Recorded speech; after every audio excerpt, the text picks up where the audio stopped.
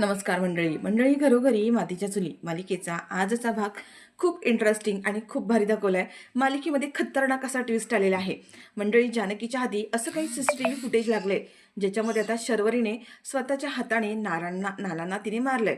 म्हणजे जेव्हा ती नर्सच्या वेशात जाऊन तिने नानांना जो काही मारण्याचा कट केला होता, प्लॅन केला होता, सगळं काही सीसीटीव्ही फुटेजमध्ये आता जानकीला सापडलंय। मंडळी, हॉस्पिटलचं सीसीटीव्ही फुटेज हे एका हॉस्पिटलच्याच माणसाने लपून ठेवलेलं असतं आणि त्याचाच फायदा घेत आता त्यांनी इकडे जानकीला फोन केलाय आणि तुमच्या नानांना मारल्याचं जर सीसीटीव्ही फुटेज हवं असेल, तुम्हाला त्यांना कोणी मारलं हे जाणून घ्यायचं असेल, तर त्या माणसाने पैशाची मागणी सुद्धा केली आहे। आणि मंडळी, त्यानंतर जानकीच्या हातामध्ये जो काही पुरावा लागलाय त्याच्यामध्ये जानकीला स्पष्ट कळलंय की नानांना शर्वरीनेच मारलेला आहे। आणि हा एवढा मोठा पुरावा दाखवत आता जानकीने सगळ्यांसमोर ह्या शर्वरीचं भांडफोड केले। आता नेमकं सगळं हे कसं घडलंय, तो माणूस कोण होता जानकीला हा पुरावा दाखवणारा, हे सगळं काही आपण डिटेल्समध्ये पाहूया। पण त्याआधी तुम्ही जर आपल्या चॅनलवर नवीन असाल, चॅनल अजूनही सबस्क्राईब केलं नसेल तर चॅनल आता सबस्क्राईब करून घ्या, म्हणजे मालिकांचे असेच येणारे रोजचे नवीन व्हिडिओज, नवीन अपडेट सगळ्यात आधी तुम्हाला आपल्या चॅनलवर पाहायला मिळतील। आणि हो, सोबत व्हिडिओला लाईक करायला सुद्धा विसरू नका।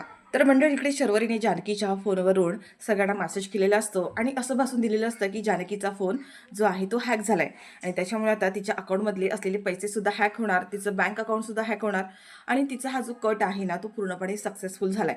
या गोष्टीवर सगळ्यांनी विश्वास ठेवलाय आणि मंडळी, आता जानकीचा नाईलाज असतो आणि जानकीला या सगळ्यामुळे ते पैसे जे आहेत ते आपल्या आईंच्या म्हणजे सुमित्राच्या अकाउंटवर ट्रान्सफर करावेच लागणार आहेत।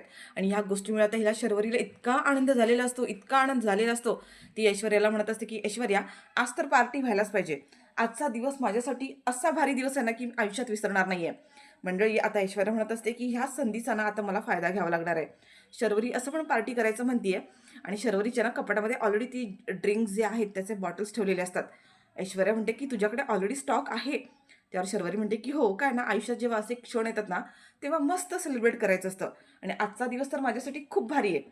आज आज मी स्वतः त्या जानकीला माझ्या गुडघ्यांवर आणलंय आणि मी जिंकले आज, त्याच्यामुळे आज तर पार्टी व्हायलाच पाहिजे। तू मला जॉईन करणार का? ऐश्वर्या म्हणते की ही संधी आहे, आता ह्या संधीचा फायदा घेतला ना तर आपल्याला खरं काय ते कळू शकतं। ऐश्वर्या म्हणते की हो हो, मी तुझ्या पार्टीतच आहे ना, म्हटल्यानंतर मी तुझ्यासोबत पार्टी करणारच, आपण दोघींनी मिळून आज एन्जॉय करूया। ऐश्वर्या तयार झालेली असते।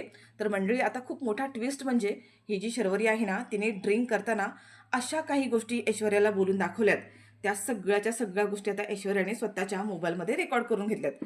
मंडळी, इकडे आता ऐश्वर्या तिला जास्त भरीच पाडते आणि शर्वरीला ड्रिंक करायला लावते। एकावर एक असे बरेच पॅक देत असते।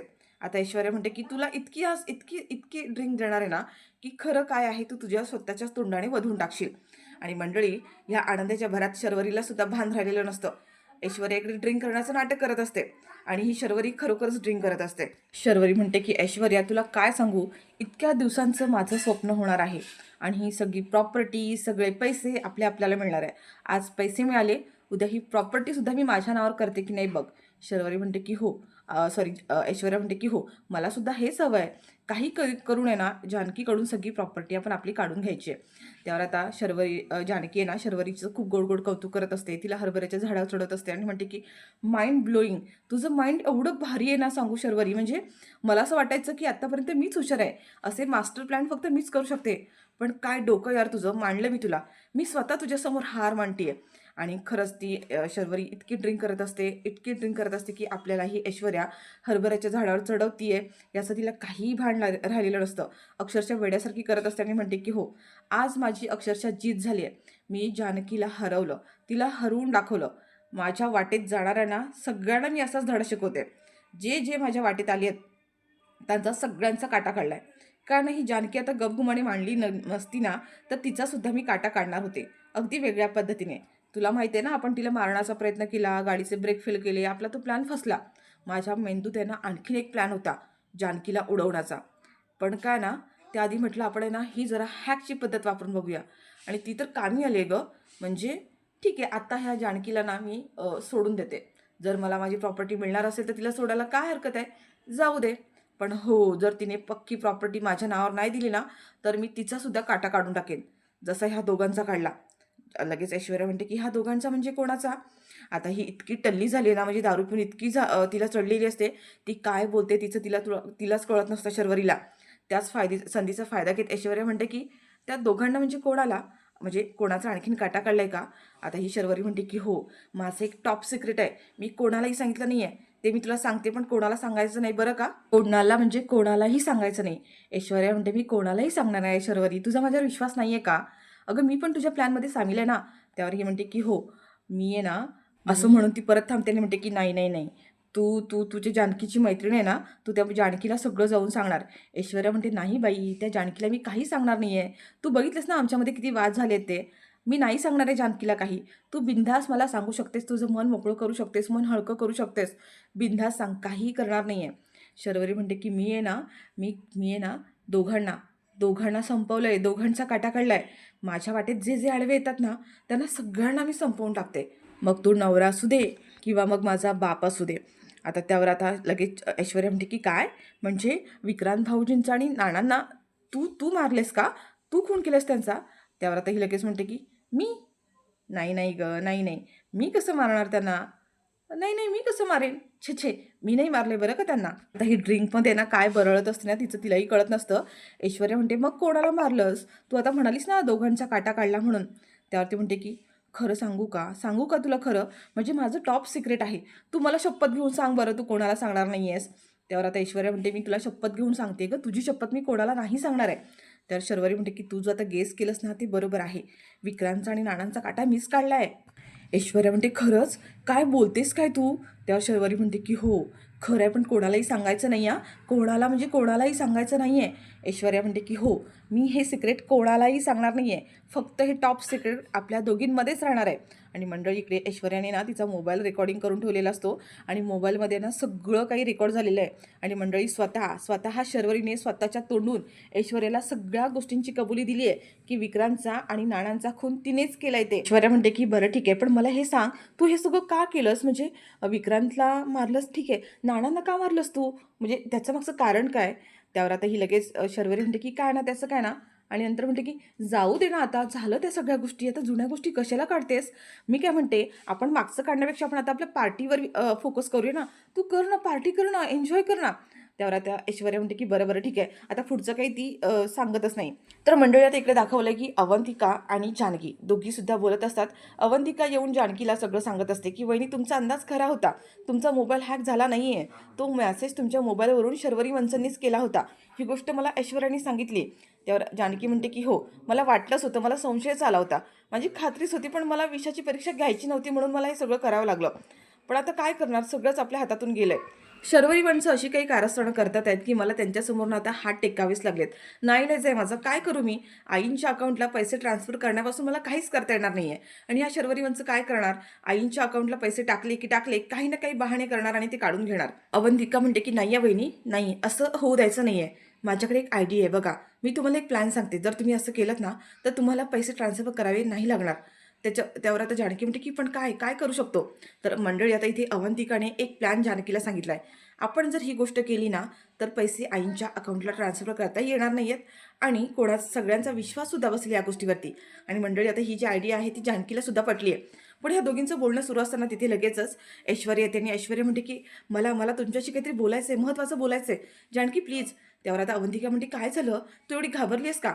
ती म्हणते मला तुम्हाला दोघींना काहीतरी ऐकवायचं आहे. आणि मंडळी आता तिने जे काही रेकॉर्डमध्ये मोबाईलमध्ये रेकॉर्डिंग केलेलं असतं, शर्वरीने ड्रिंक केल्यानंतर जे जे काही बोलली आहे ते सगळंच्या सगळं आता हिने येऊन अवंतिका आणि जानकी दोघांना सुद्धा ऐकवलंय. ऐश्वर्या म्हणते की जानकी मी तुला म्हणाले होते ना की नानांच्या खुनामागे ह्या शर्वरीचाच हात असणार आहे आणि माझा अंदाज खरा ठरलाय. नानांचा आणि विक्रांतचा दोन्ही खून शर्वरीनेच केलेत. त्यावर आता जानकी म्हणते एवढ्या खात्रीने कशी बोलतेस तू? त्यावरती म्हणते की ह्या मोबाईलमध्ये काय झालं ना ते पहिलं ऐक, मग तुला कळेल. आणि मंडळी ती म्हणते की आता काय झालं माहिती आहे का, म्हणजे तुझी हार झाली आणि त्या शर्वरीची जीत झाली म्हणून तिने पार्टी केलेली, आम्ही दोघींनी पार्टी केली आणि तिने इतकी पाहिली, म्हणजे मीच तिला स्वतःहून पाजली, इतकी पाजली की तिने सगळं काही खरं खरं बोलून टाकलंय. आणि तिने ना स्वतः स्टेटमेंट दिलंय की दोघांचा, नानांचा आणि विक्रांतचा, दोघांचा सुद्धा काटा तिने स्वतः काढलाय म्हणून.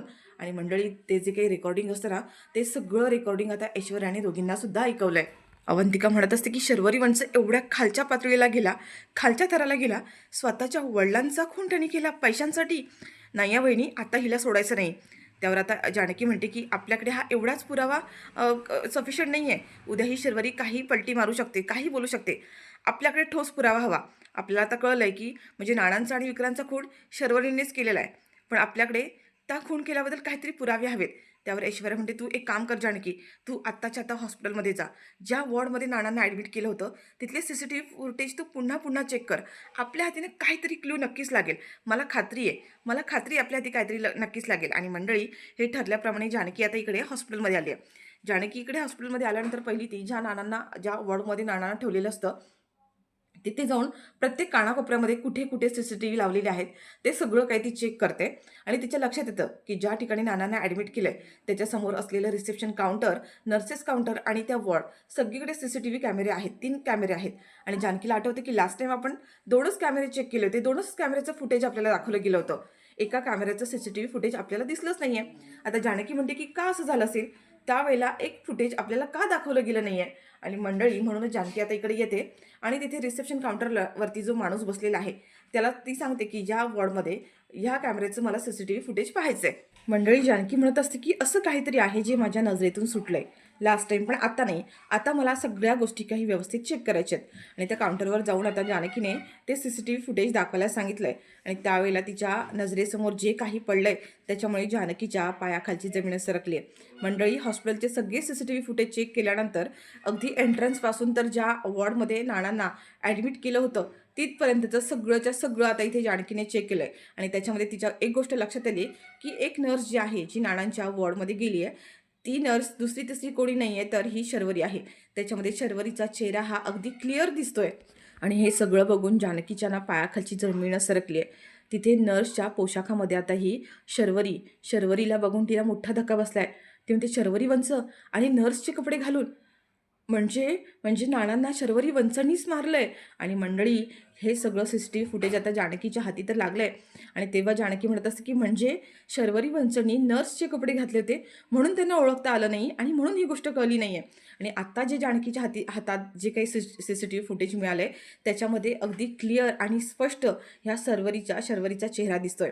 आणि मंडळी, हा पुरावा आता जानकीच्या हातामध्ये मिळाल्यानंतर तिला एवढा मोठा धक्का बसला, म्हणजे एवढ्या मोठ्या गोष्टीकडे आपण कसं काय दुर्लक्ष केलं याचा तिला पश्चाताप झालाय.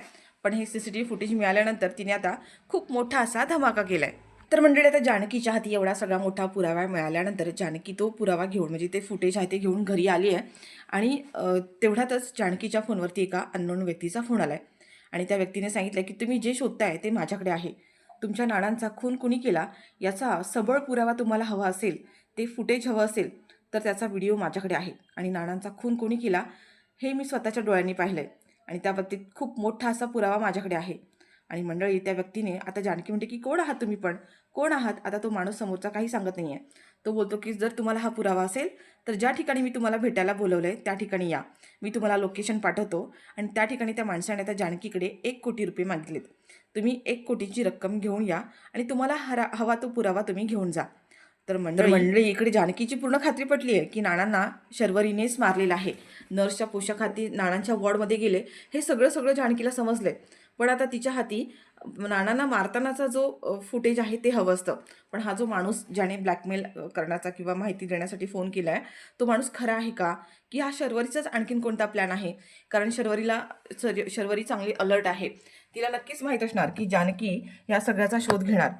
आणि म्हणूनच हा नक्की शर्वरीचा खरा प्लॅन आहे की खरंच त्या माणसाकडे शर्वरीच्या विरोधात कोणता पुरावा आहे? आता जानकीला काही कळत नाही आहे. म्हणून जानकीकडे ऐश्वर्या आणि अवंतिका दोघींना सुद्धा झालेला प्रकार सांगते की हॉस्पिटलमध्ये हे CCTV फुटेज तर मला मिळाले, पण एका अननोन माणसाचा फोनसुद्धा आलेला आहे. आणि त्याच्या हातात नानांचा खून करणाऱ्या व्यक्तीच्या बाबतीत खूप मोठा पुरावा आहे, सबळ पुरावा आहे असं म्हणतोय. पण त्याने पैसे मागितलेत. पण खरंच हे खरं आहे का? की तो माणूस जेन्युइन आहे की हा शर्वरीचाच आणखीन कोणता डाव आहे? हे आपल्याला शोधून काढावं लागणार आहे. तर ऐश्वर्या म्हणते की काम करते, तू काळजी करू नकोस. मला असं वाटते की आपल्याला ना शर्वरीच्या मोबाईलमध्येच सगळा ॲक्सेस कळेल. जर खरंच तिचा हा प्लॅन असेल तर मला काही ना काहीतरी सापडेल. मी शर्वरी झोपल्यानंतर तिचा मोबाईल चेक करते. ऐश्वर्या म्हणते की काही हरकत नाही आहे. पण जानकी म्हणते की त्या माणसाने जर बोलवलंय तर मला तिथे जावंच लागेल पैसे घेऊन. पण आता ऐश्वर्या म्हणत असते की ही रक्कम पण खूप मोठी आहे. आणि हा जर काही प्लॅन असेल, पैसे जातील ती जातील जानकी, पण तुझ्या जीवाला धोकासुद्धा आहे. कारण शर्वरी हेही बोलली आहे की दोघांचा काटा काढला आणि तिसरं जर कोणी माझ्या वाटेला आलं तर त्याचाही मी काटा काढेन. जर कदाचित शर्वरीला संशय आला असेल तुझ्यावरती, तरी शर्वरीने तुझा काटा काढण्यासाठी हा प्लॅन केला असू शकतो, जेणेकरून तू तिथे पैसे घेऊन जाशील आणि लास्ट टाईमसारखं जर तुला किडनॅप करण्याचा प्रयत्न केला किंवा तुझ्यावर हल्ला करण्याचा प्रयत्न केला तर. नाही या जानकी, एवढी रिस्क आपण नाही घेऊ शकत. मला आता असं वाटते की आपण सगळं सत्य ना ऋषिकेश आणि सगळ्यांना सांगायची वेळ झाली आहे. आपण त्यांना विश्वासात घेऊया आणि सगळं सत्य आहे ना ते आपण सांगून मोकळं होऊया. तर आता मंडळी इकडे जानकीला सुद्धा असंच वाटतंय. पण जानकी म्हणते की नाही, आपण जर सांगितलं आणि जर त्यांचा विश्वास नाही बसला तर. त्यावर आता ऐश्वर्या म्हणते की अगं आपल्याला हॉस्पिटलचं CCTV फुटेज मिळाले ना, त्यात दिसतंय सरळ सरळ की शर्वरी नर्सच्या कपड्यामध्ये नानांच्या वॉर्डमध्ये गेली आहे. याचा अर्थ स्पष्टच होतो. फक्त तिने मारतानाचा फुटेज आपल्याकडे नाही आहे आणि ते सुद्धा आपल्याला मिळून जाईल, नको काळजी करूस. आणि मंडळी आता ऐश्वर्याचं हे बोलणं जानकीला पटलंय. आणि मंडळी जानकीसुद्धा म्हणते की हो, मी हे सगळं काही ऋषिकेशला सांगते आणि ऋषिकेशलाच माझ्यासोबत घेऊन जाते, म्हणजे हिला काही करताच येणार नाही आहे. आणि मंडळी आता ह्या शर्वरीचा जो डाव आहे तो उधळून लावण्यासाठी ऐश्वर्या जानकी ह्या दोघींनी मिळून आता आणखीन एक मोठा असा प्लॅन तयार केला आहे की त्याच्यामध्ये शर्वरी अडकणार आहे.